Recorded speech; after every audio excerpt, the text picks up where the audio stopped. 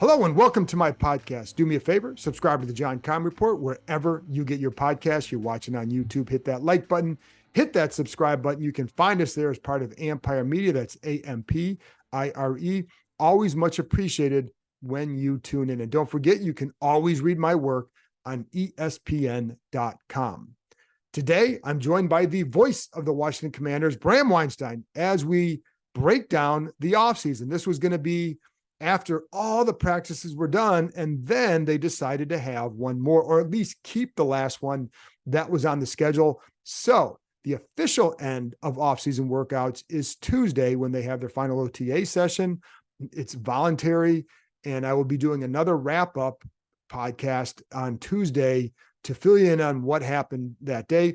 Now, I wouldn't be surprised if more than a few veterans skip that one, because again, I think there was some question about whether or not they'd even keep this.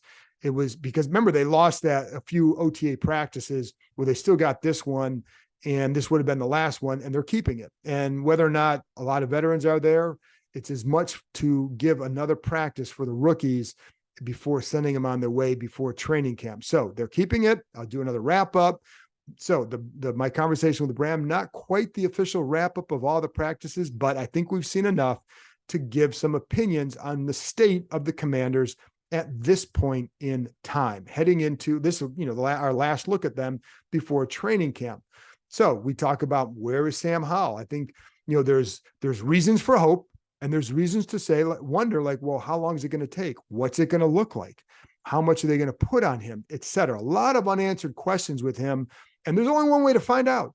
And I think it's like what this period has been is a good measuring stick for where he's at, to take that into training camp and then kind of see where he goes there, and then see what happens during the season. A lot of steps along the way, because again, he is a young, inexperienced quarterback. That takes time. So we get into all that, and I'll be talking to more people about Sam during the offseason to bring you some more insight from people, who know him pretty well. So just stay tuned for all that. We also get into some areas of surprise, areas of concern, the offensive line, the state of the line. Is it good enough? What does Bram think? What do I think? So we get into all that. There you go. Stay tuned for that for a minute. Before I get there, one little thing, and this is on Chase Young. I still continue to see him on Twitter trending, because there's all these fan bases worked up about trying to trade for him. And, are they in on him? Are they this and that? What I know, and I told you this before, and so I don't want to have to repeat this every time, because it gets a little bit silly, but they have told him that if he goes out and produces, they will pay him. They bring up Daron Payne to him. They have made it clear that they would like to keep him, but the key is you have to go out and produce and be the kind of player that they think he can be. If he is, why would you let him go? And why would you trade him for anything? Because you might not sign him. You can get a comp pick next year that would be the equivalent of what you would get right now in a trade. So why would you not want to wait and see what he does for you this season? He looked pretty good during the mandatory minicamp. So again, why did you do it? And the other point is, teams were not calling about him before the draft. What would have happened between now and the draft? Are teams going to really get all that excited about some reports out of Washington say that he looked good in the minicamp? I don't think so, folks. So, but again, he offers more value right now here. If you have a chance to add a playmaker to your roster, that's Chase. They didn't have him last year. Those last 3 games were not really indicative of where he's going to be at this year. So why would you give that up? And again, you can say, well, you're not going to keep him. Well, we don't know that. But again, also, I'd rather have Chase Young this year with the chance and the potential he has than to trade him away for what right now would not be a high round pick. Now, if somebody comes and says, we'll give you 2 1s for him, well, that would be different. That's not happening though. So short of something like that, why would you do that? You're not going to get the value that you think you can, because teams know what has happened the last 2 years. So just take a deep breath when you see that stuff, because again, if he plays well, and he did look good in minicamp, it's minicamp, but he looked good. He looked more confident, more explosive. And could he go out and have a big year? Yeah, he could. Could he, we'll see what happens. We don't know. But again, he's got that kind of potential to be a game changer. And I don't think you give up on those guys quite easily. And I heard a lot of this last year with Deron Payne. Well, if you're not going to pay him, you should just trade him now. And he went out and produced. They paid him, and he's still here. So there you go. Anyway, I just want to kind of mention that before I get into my conversation with Bram. So here's my conversation with the voice of the Commanders, Bram Weinstein.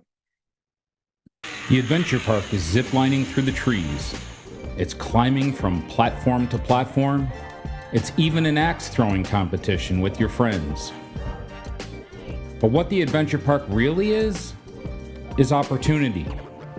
Reconnecting with friends and family, accomplishing a challenge, and making lasting memories. So book your visit today and choose your own adventure. Well, Bram, I thought today was going to kind of wrap up their offseason. Then we find out that they're actually going to have one more practice next week. But we have seen, 5 practices now. And we've gone through the offseason with them. So regardless of what happens Tuesday, and Tuesday, when they get back on their final OTA practice, then they're done. I think a lot of veterans may not be there. It's going to be good for the young guys. So we can kind of wrap up the big portion of the offseason. After watching the last few weeks, what are some of your takeaways? So, as you know, I'm not a hot take artist. So I'm going to, everything I'm going to say is going to be measured. So if that is a problem for you and you're listening pleasure, you're not going to like this. I think people know that. I think people understand that I haven't exactly been a hot take guy either. Yeah. But I will tell you what I've observed to this point. And what I've observed to this point. Where do you want to start? Offense or defense? Let's start with offense, because that's a big thing. Let's start with offense. All right. Eric Bieniemy is as advertised. We'll stay on him for a minute too. He is. His presence is noted at all times. It's funny, this is exactly what we heard he was going to be. He has no problem being loud, in your face, demanding. Most of the people who talked about it after the fact, most of them, seemed to be like, this is good. Jahan Dotson was like, this is good. Terry McLaurin was, this is good. Sam Howell was even, this is good. And he's gotten dressed down a few times along the way, including, notably when they yanked the offense off the field, like that's going to be noticed, by everybody. And I think largely it's good. I don't want to turn this into a Scott Turner bashing episode, but that level of communication and accountability on that side of the ball did not seem to be present for the last couple of years. Definitely. And I know that they had, average to poor quarterback play and a lot of issues on their offensive line. I still don't think it shouldn't have amounted to the amount of points that they scored. So, I feel like this is good now. I do also feel like at some point, does all of this work and demanding accountability and kind of in your face coaching, does it get tempered a little bit in training camp? Is he setting a foundation for the players to be accountable for themselves? And that's really the open question. And I guess we'll find out this summer into early part of the season. I think the other thing with him is that one thing that players like is he will tell them, hey, that was my fault. I messed up here. Yeah. So I think they like that, because there have been coaches here. One guy who was maybe on the staff before, who was let go last August, that some players didn't think would hold himself accountable. That's a problem for players. And so I think that's one thing that Bieniemy does. The other thing, Bram, is when you're around him, I told a couple people this, I come away thinking how is this guy not a head coach yet? Because he comes across in that fashion. He does not come across as the head coach of this team, but he comes across as a guy who has those on the field qualities and just, it's just, and I want to be around him more before I go overboard on that. But that, that was one of the things for me. Yeah. I mean, we're so early in the process. That's why I'm I want to see what happens for the year. I don't want to make any judgments because is he doing what he's doing right now to set up a foundation for the players to demand this level of accountability from each other? And if that is what ends up happening, then I think we're in a really good place. I could see where if this just goes on in perpetuity and everything's nitpicked and there's just constant, up in your face about every little thing, I could see where that becomes wearing on the players at times. And the other open question about it really is, and I think we knew this going in, I think some players were going to totally take to this in general. And then there were some question marks about some guys. How are they going to handle this? And I don't think that that's played out yet, because this isn't going to be for everybody. Like, there's no way this is good. Everybody who's had any boss, like if you've had multiple bosses and you have the guy who's pretty easygoing, or you have the guy or gal who's very hard and on you all the time, like, your personality will matter at that point on how your workplace is going to be affected. So I don't think this is going to be for everybody, but I do think it's necessary. Like, and albeit, like, especially now in this year where it's a show me year for literally everybody, all these people who have contracts coming up, the head coach himself, the president of the organization, all the people in the front office, and Eric Bieniemy, who's got something to prove here, to prove that he belongs at a higher status than he's been given, in the past. Like, this is a show me year, and I don't mind everybody feeling that energy even early, that we need to perform better than we have. So it feels like it kind of fits in a year where this new ownership group, us as a fan base, everybody is going to want to see, are things really different? And I think, so that's the demanding aspect of it. Obviously, where he's going to really be measured too is the production on the field. How does the offense look? So from that standpoint, what are some of the things that maybe jump out to you about what could be different this year with that offense? Okay. Like, again, this is so early. They're not tackling. They're not ramped up at the high speed. So that's why, like, I was laughing when we did this last and people were going gaga about Sam Howell throwing a couple of nice dimes in a 7-on-7 drill with guys not in pads on. I'm like, I think everybody needs to slow down a little bit. And honestly, like, if you watched these practices where everybody was there and the speed was up a little bit, still, again, no real contact and all that type of stuff, but the speed was, closer to what we're accustomed to, once we get to training camp and into the season. I didn't find the offense functioning at the level that I think anybody would have been pleased with. And I actually feel like that's probably normal for right now. They're the ones learning an entire new offense here. Right. They're the ones doing that with an inexperienced quarterback. So I expect it to not be gangbusters. But what I have seen so far is, and man, I mean, this was brought up. I don't remember who asked the question. Somebody asked a question about how much they're throwing the ball in practice. I think it was Craig Hoffman. Now that I remember. And I remember sitting there and going, that's a really good question. I haven't seen them run a run play, so clearly, like, portions of this offense are not being installed in a certain way. You'd think they're going to throw the ball 80% of the time if you watch the practices we watched. The good and the other thing is, like, what is clear as day, at least early in all of this, is this is very much going to look like the Chiefs offense in terms of moving people around, a lot of versatile players, and a lot of stuff is underneath. Like, I know all the highlights of Pat Mahomes is him running around and throwing these deep passes on a dime, and it's like the Magic Man stuff. If you really watch them play, the majority of their stuff is passes that are thrown 7 yards and in, or misdirection plays, or getting the ball in the hands of playmakers very, very, very quickly. And we see a lot of that.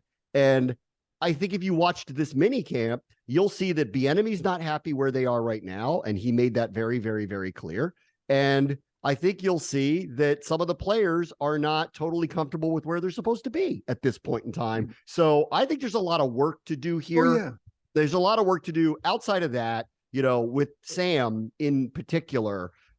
There is some traits that are popping very quickly that I think that they should be very optimistic about, but I think cautiously optimistic. You have I don't want to go too far okay. and put too much on him. Well, no, and I think it's okay to be cautiously optimistic because there's, obviously everything is a step along the way, and how you measure the progress, how you measure them at this point is all we can go on. But I think, like, with the offense too, and you hit it, that they are putting in a lot on them in terms of what they're learning, and you're not game planning for all these particular blitzes. And, and not that the defense is game planning for them, but, like, you do have to account for blitzes, and how are you doing that? And so I think there's a lot that where you look at it in practice, say you have to take those things into account for what you're seeing offensively, and the fact that it's a pretty good defense, and they drafted a couple pretty good defensive backs. So it's a good defensive backfield. So I think you add all that. So to me, like, in part, going back to what you talk about with the passing game, and one of the things Rivera talked about is that it's a rhythm passing game, a lot of precision. And I think that's why they're working so hard on that. And you're right about the underneath. And, I don't think in Kansas City anybody was designing a play like, hey, Patrick, do this, this, and this, run around the backfield like this, and then hit this guy 40 yards. But the precision and the rhythm of it is what they're looking for. And one of the things that you hear from them consistently is finding creative ways to get guys in space who can do something with the ball. Yes. Antonio Gibson could be that guy. Like I think he could be a guy to watch, but so what about, is there a player on that side of the ball? And again, it's hard to I want to talk about the line, but it's really hard to measure them right now. But from a skill standpoint, is there a player that jumped out to you? I agree with you on Gibson. They're working a lot with Robinson catching the ball. So I think he's going to be utilized probably, at least the early signs are he could be more of a receiver than you would think. With Dotson, I overheard him say to him, and Dotson said this even to us, where he was like, I know the potential you have. And we're going to get this out of you. And I really feel like this team has 2 number 1 receivers. And if they can unlock that at the same time, they're going to be extremely dangerous.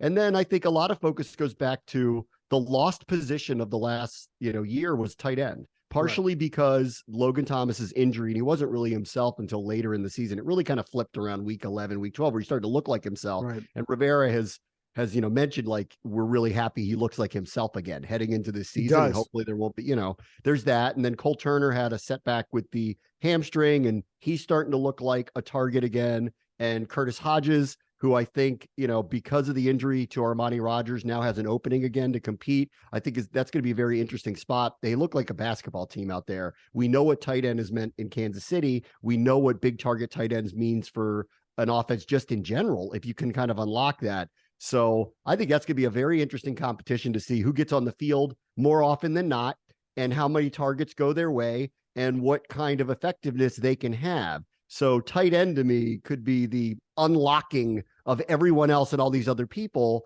to give them the space they need to be effective.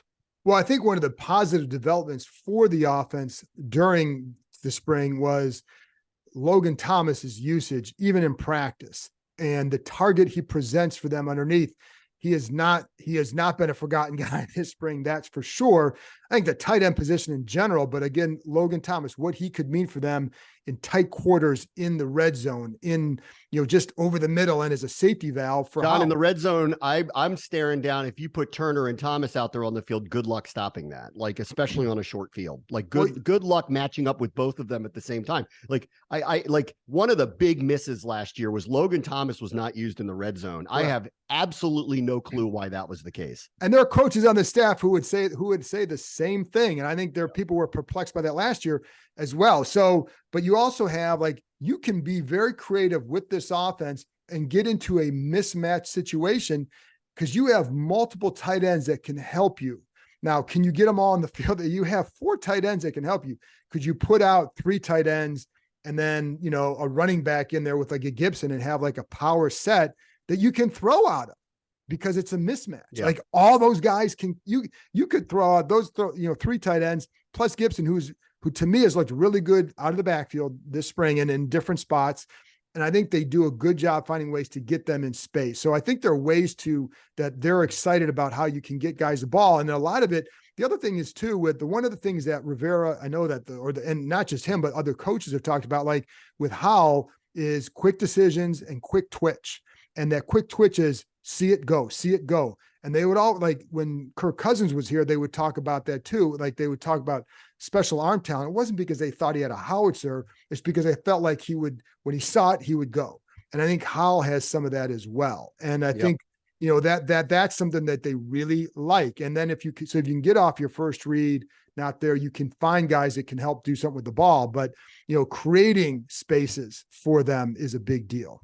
I'll give you one more name that I think is probably off a lot of people's radar that I think is going to be a key person this year. And it's totally a show me year for this person.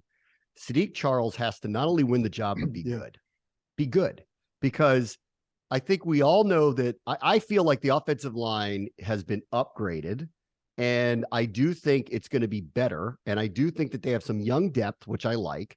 And I do think that there's a possibility that they're pretty good. I'm not going to go so far as to call them a strength, but I do think that they could be pretty good. That said, the left side starting wise, the left side of the line, if he does not perform well, could become a major liability.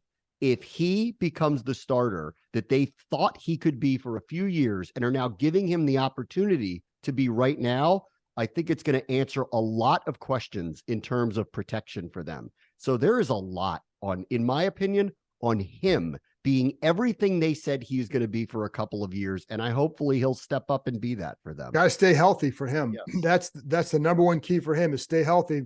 I think when you're in and out of the lineup and you can't stay healthy and all that, you probably also lose some confidence. And I think you can see that play out in some situations. So if the more he's in there, I think that's why they've given him every rep with the starters this spring, is because you start with rebuilding that confidence back up and keeping him healthy. Yeah. But are you that? Because I know, like last year, you sounded alarms.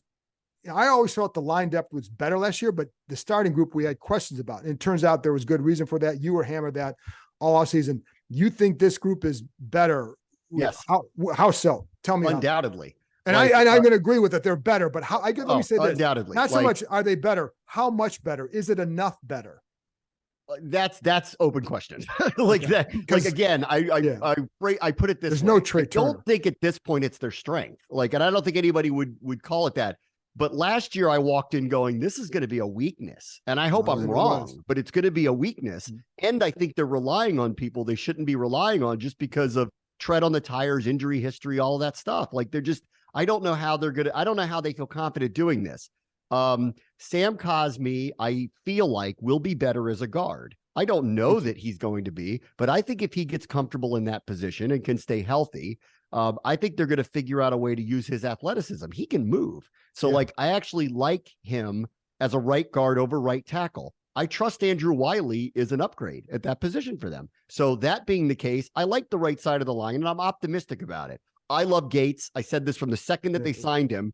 I loved what I saw on tape from him when he came back from his injuries for the Giants. I think he's an animal. I think he's exactly what they need. And everything that I've seen so far, from the way he interacts with Hal, the way he's interacting in practice, he's an all-in type of guy. So I love him. And hopefully he'll stay healthy. I think he is a solid upgrade for them. And I feel good about center now that Larson's back and they have somebody in development behind them. The left side of the line is where I am concerned. And that's why I said Sadiq Charles is a huge part of all of this. If he steps up and is what they said they think he's going to be, then I think that they're in pretty good shape. Again, I'm not pretending that they have Pro Bowlers on the outside protecting the quarterback, but this looks to be way better than what it was. And they have some prospects behind them. They have a guy like Chris Paul that they think might be able to play potentially two positions. We'll see. They've got this center in development. They drafted another, guard / tackle in Daniels. I think there's possibilities here. And there are a couple of guys that on the backside of it, this, what is his name? King Blue. He's been there for a couple of years. He's fast. He's really fast. Can he play the position at the level they need him to? I don't know, but he's extremely athletic. Mm-hmm. So all I'm saying is I think they have a decent group. Last year, I was nervous they had a group that was going to fall apart, which it did. This year, I don't feel like without, bad luck, with injuries, that it's going to fall apart. And I do see more of an upside of what's there. I'm not pretending that's the Eagles or the Lions offensive line or the Falcons offensive line. I don't think it is, but I do think it's one I trust a lot more. That's the way I'd put it. I trust it a lot more. I just don't think at this point, prove me wrong that it's a strength. I don't think that it's a strength, but I also don't think it's an enormous weakness that could crumble the whole thing anymore. The one thing I wish they had been able to go get a tackle and maybe shift Wiley and have Wiley Cosmi guard combo, then I'd feel a lot better about it because we don't know. The other thing that there's a couple other things with that too. And I agree with that. I think that Cosmi will be better inside. How does the scheme help this line? Yeah. And if, Hal has some more mobility than Carson Wentz, how does that help? How does a quick decision-making help? Yeah. All those things can factor into helping the line. I mean, shoot, against Dallas last year, when you go back and watch some of the highlights with Howell, wasn't like he had all this great protection. He was making good decisions and quick decisions. Now you're going to face things along the way. Like the more film on there, the more they're going to try and do things that take certain things away. We all get that. But I think that's something to factor in, and how much can that help them, and maybe setting things up better play action. The play action that they've used in the past, just using play action isn't enough. You can't just say, well, we ran play action. Was it effective play action? Yeah. Are you selling it? Does it look like one of your runs? And if it doesn't, then it's BS. And I think that was too often in the past that you'd get some of that. And so all that stuff, I just wonder about the impact. How much of an impact will it make? And so I still wonder about the line. I think it is one of their areas of whether it's concern or wonder, I guess. Where is it at? And we probably won't know for a while. But the other thing, Bram, too, one thing that is a little bit this is not a concern, but you have a 3rd round pick in Stromberg and a 4th round pick in Daniels, who, if all goes well, will not play this year. And I don't have a problem with that. Okay. You have a problem with that? Why do people have a problem with that? Well, I have that's how you build a good roster. Like, what? I want to say this, like, if you're a 3rd round pick, and now here's the thing. He's really they needed to get a young center. We know that. And they were burned by not having a healthy center combo the last few years. Went south because of it. So they've got their young guy, and it's a great insurance policy, and you can develop him. And at some point, he will be their starter. Daniels is a project. And I think my own belief is that ultimately he'll be a guard, but he's got athleticism. Try him at tackle, see what he can do. And, if he can't do it this year, if you see okay, you can always put him inside because he's got some athleticism. He's got stuff he's got to work out. And I talked about this on the podcast on after the 3rd day of minicamp. But I do wonder about that. Ideally, you'd like to have those guys contribute in some way, but we don't know. If Gates gets hurt and Stromberg goes in, you can say, hey, that was a great pick. Yeah. Because you got, so yeah, there is good. And he does provide really good criticisms of they drafted these 2 guys and they're not slated in to start. And not even slated to start. They may not play. But you're getting they're going to make the team. What do you, he's a 4th round pick. What do you, he wasn't a 1st round pick. What are we talking about here? That's how you build a good roster, when you have this kind of depth. You pick these guys and they're in line to either take the place of somebody who gets priced out because of salary cap stuff, or just gets better than them at the time. That's building a good roster. John, this thing, I know what the national media is saying about them. I don't believe that this is a bad season that's coming here. No. Outside of, there could be a lot of noise with transitions that I think could get in their way, which is a totally different topic, and I hope doesn't happen, right? I'm trying to focus on what they have in front of them. And I got to tell you, the roster I look at right now is not one that is going to be bad. No. They have multiple potential Pro Bowlers on offense, and definitively multiple potential Pro Bowlers on defense. And to all of this discussion of they have this kind of fortifying and this fortifying and this fortifying, they scream as a team that's going to pick a left tackle with their 1st round pick next year, or they're going to, because they have a lot of cap room, spend money on the whoever great left tackle is that hits the open market. And then it's going to be off to the races if everything goes well, which is a giant if, because of all of the things that are kind of hovering over the franchise, which Ron Rivera openly talked about. He is hoping the NFL gets this deal solidified sooner rather than later, because he needs to get in front of the ownership and explain where they are, where they've been, what money they want to spend now, how they're thinking about the next couple of years. And he needs them to buy into it, and it better happen soon. Otherwise, we just end up into a season. They go with what they go with, and then we'll see how it plays out. And then there could be a lot of changes that get in the way of this. My point is this. I see what Rivera is saying in terms of they are close in terms of a roster of putting something out there that I think is extremely competitive, contingent on Sam Howell being what they're saying that he's going to be. He doesn't have to be Mahomes or Allen, but he's got to be Cousins, bare minimum. And if he can become that for them, they have a tremendous amount of flexibility to make a good roster great. If he's not, and he's not what they say he's going to be, we all know what's going to happen. There's going to be another quarterback in here. It's a new ownership. They're probably going to go get one either via trade or free agency, or try to move up and get one of those top two if that's even possible. We all know what's coming down the road. And that's why this year is complicated. Very, very, very complicated. But, when I look at this roster, I'm trying to be as unbiased as possible. I don't see a team that's going to tank. I don't see a team that's going to be bad. I see a team that's going to be pretty good to potentially better than pretty good if Hal is what they say he's going to be. But that's the show me part of this whole thing. Right. And there's, as you know, from being out there, there's a good energy around this team right now. They have good players, John. They have good players on this team. They have team. good players, but there's also, I think there is good energy as well. And so I agree with you. Like, I think that defense it should be good. I mean, there's no reason it shouldn't be good. So I like what they've done. How would be the biggest question. So what did you see from him this spring that you'd say, this is what you can build on? And these are some of the questions I still have about him. I mean, he has these moments that we haven't seen in a while. Like we talked about this last time, where he's got some accuracy and he makes a couple of throws and you're like, man, do that in a game and we're going to be good to go. We saw a couple of them against Dallas. Mm-hmm. At the same time, when a lot of this underneath stuff, when he's making these quick decisions, I mean, maybe this is just upside of Forbes and Martin and those guys. But man, there are hands getting on balls constantly. Just constantly. So is that repetition and the defense just kind of knows them and knows what they're doing? Is that the offense not quite on the same page? Is that Hal's early decision-making in a play? Like, I don't know. I need the coaches to tell me. Yeah, so I would describe it as he looks inexperienced to me.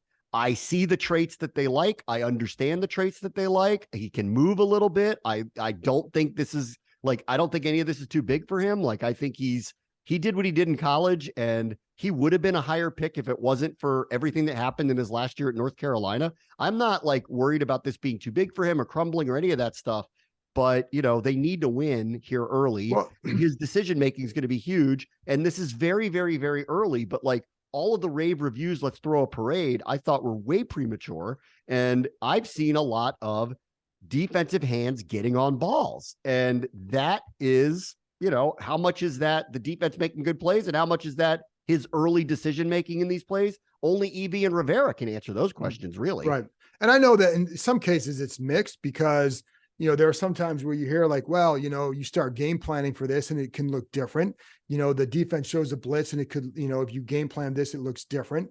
And so you take all that into account. And I think, listen, it's okay to say he's inexperienced. You know why? Because he is. And it's okay. Every quarterback goes through something. The key will be, Bram, what do they put on his shoulders? How much are they putting on him to then lead them?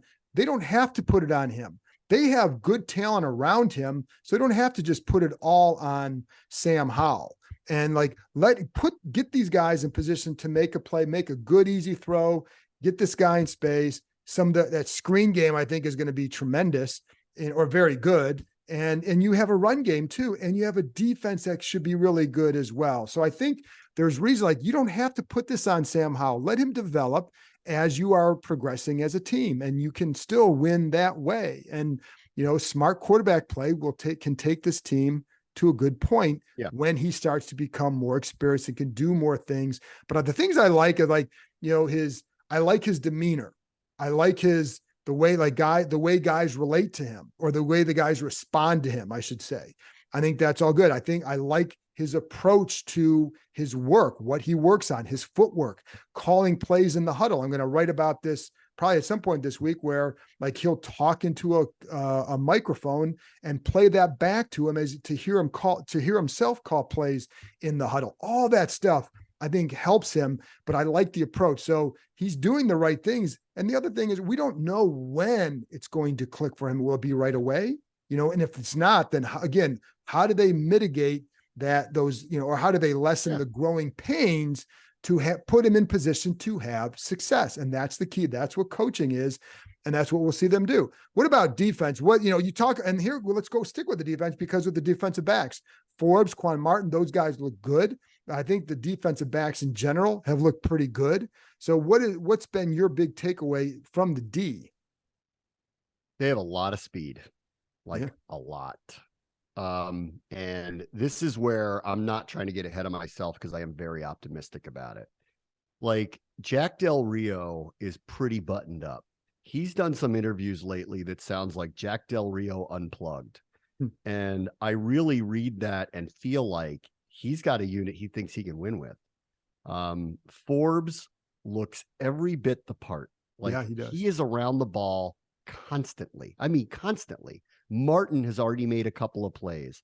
They have unusual flexibility with the players that they have on the back end, and they are fast. I mean, really fast. Forbes is fast. Martin is fast. Percy Butler has had moments in this camp where his speed is like flashing hard.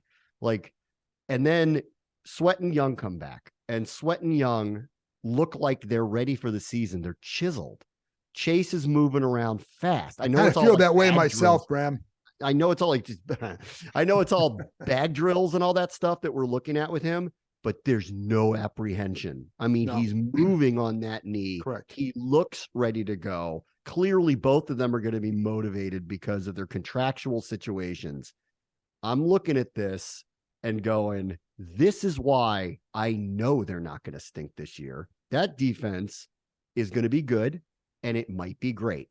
And if that's what ends up happening this year, then they're going to be highly competitive.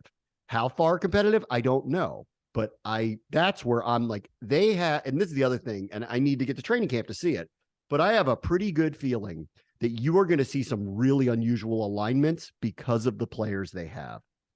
5 D linemen, 1 linebacker, 5 defensive backs, 4 D linemen, 2 linebackers, 5 defensive backs, 6 defensive backs. Like, they're going to be moving people around that are going to be somewhat interchangeable because they have flexibility and speed. Yeah. And this was without Cam Curl doing anything. Correct. So I love what I see on that side of the ball here early. And I think there's going to be some flexibility to be really creative. And hopefully that creativity turns into turnovers for them this year, because if that starts happening, they go from good to really, really good on that side of the ball. Right. And with Chase, I don't know how good he's going to be, but if he, you take how he looks early on, and you're right, there's no hesitation. There's more confidence in that knee. It's going to result in more plays. And if he takes away that stutter stepping that he was doing a year and a half ago, that would be big for him as well. And whether or not he gets, his 15, 20 sacks, defensive player of the year, I don't know. But I think if he gets double-digit sacks, it helps his defense out quite a bit. Yes. And yeah, I mean, and I think he's certainly capable of that. So is Sweat. Obviously. I mean, look at the guy. Yeah. Like, he's straight out of a comic book. I mean, hopefully this, the tricky part is assuming that neither are going to be extended this summer. They are both playing for 1, maybe 2 contracts, but probably 1. And that's going to be, would you sign? This would be a topic for another time, because if they both have big years, the question is, can you keep all 4? Well, they feel they can because of how, but it's not a matter of can you, it's should you invest all that in one position? And but we know, I would say you have to let that play out, because what does it look like if Chase Young goes out and has 20 sacks? Well, you're not letting him walk. No, of course not. So, it all depends. But, the other guy that kind of has jumped out to me a little bit because he's getting opportunities is Khaleke Hudson.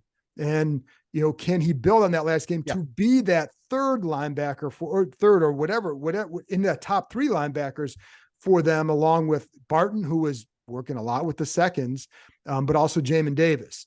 But Khaleke Hudson showed some stuff in that last game, and he feels pretty confident. So, and I think that's one reason why they've slowed looking for another linebacker, is because they like what they've seen from him. Yeah, he's another one. His attribute is speed. Like, Jamin Davis is fast.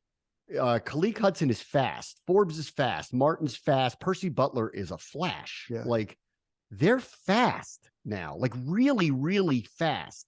And that's what I love about this. You think they're fast? They can be creative. There's so much speed on that side of the ball right now. It'll just be interesting. And this is, yes, they have a couple of young guys that are out there, but the majority of these guys have been around. Yeah. And, so it's not like the offense where they're trying to figure it all out. They're trying to incorporate this. They can play fast right now. how much more creative is Jack Del Rio going to be? I know they've been very strict about their system, that they wanted everybody to play within their system. Last year, it worked out very well, with the exception of they didn't get the game-changing plays, i.e. they go out in the draft and they go get a corner who could do that, and a second corner / safety or whatever position he's playing that could do that. And you could just feel it emanating out of them, that they feel like they've got a unit that can win games. And it's going to be good for Howell's development. They can. It's going to be good for Howell's development to go against them in training camp. And I think going against Baltimore's defense will be good for him as well. And that's how you help develop the kid. But yeah, I agree. And it's not just that they're fast, they are playing fast. And there's a difference between 40 time and then playing speed. And I think their play speed has been good. It's all there. And they, like, St. Juice can play on the inside. He can play on the outside. Martin looks like he'd be a slot corner. He could be a Buffalo nickel. He could be a safety. Percy Butler's going to be moving all over the field. We already know Cam Curl moves around on the field. I mean, like, there's so much creativity possible here. And that's the other thing. Like, when people are projecting, oh, they're going to win 5 or 6 games. Name me the top 5 defensive team that ends up with 5 wins. Yeah. Not happening. Like, not happening. I think some of that is, from the outside, it's like, I think there's a lot of skepticism about how beyond Ashburn. And I understand that, but like, I got that. I'm with them on that. I need to see it too from him. We all need to see it, but I think being closer to it, you understand more the reasonings why they like him, because you see it a little bit more. Like, I see the traits and I understand in talking to them why they like him. But I think, but I don't think their quarterback situation is worse than it was the last couple of years. Nope. I think their offensive line is better. Yep. And I trust that this defense is going to be very good again. That's what I trust. And I think and it starts there. And that's where I say, like, in these practices, how do you help Howell? Well, you don't put him in position right away to be, hey, you got to go win us that game, Sam. It's got to be, we're going to do this for you to help you out, and then make the plays within the structure of the offense. Cause we're going to put you in, again, I'm not saying me, I'm saying this is them talking, but that's how I think you have to do it to help him and help the offense and then help this team. So, there you go. Bram, appreciate it. And, we have one more practice to go watch. Then it's it for the off season. And then in the off season, it's will they get the sale done and when? But then finally back to training camp in about 6 weeks or so. So appreciate your time, and we'll talk to you soon. All right. See you.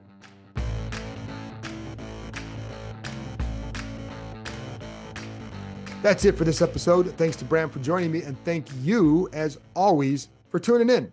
I'll be back with another episode after Tuesday's OTA practice. So I'll talk to you next time.